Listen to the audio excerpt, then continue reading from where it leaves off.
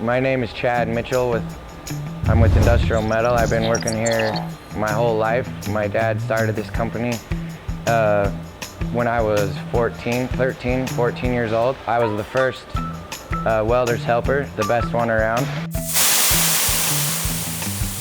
I've done a lot of work in food processing. I started out working in beverage plants. That's what started my career in food processing. I welded the stainless tubing that the product flows through, and so it had to be really clean.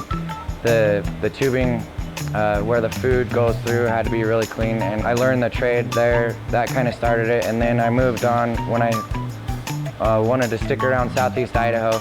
Started working at Heinz Frozen Foods in Pocatello, and the food that they make requires the process to be very clean, and it has to be washable, and it has to be to where no bacteria can grow. And so when I started working there, they were really starting to focus on that. And one thing that we realized at the beginning of that process was that the food processing, the sanitary design has to start with design.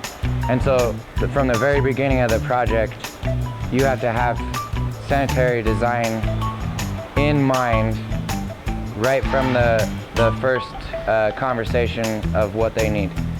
And then you design it in a way that it can be built so it's clean. One of the things that we found was that you can't take something that wasn't built that way and turn it into food processing or sanitary design cleanable, because companies are required to test their equipment, swab it for bacteria, and what happens is it'll fail. So they call us. Sometimes we can go in and change a few things, suggest a few things to make it to where there's no bacteria harborage points, but sometimes we have to start over and build them something that's gonna last a long time, that's washable, cleanable, and usually that's a site visit. You know, we go and look at it and come up with a plan to make it so they can clean it. And that's the biggest problem, is being able to clean the equipment.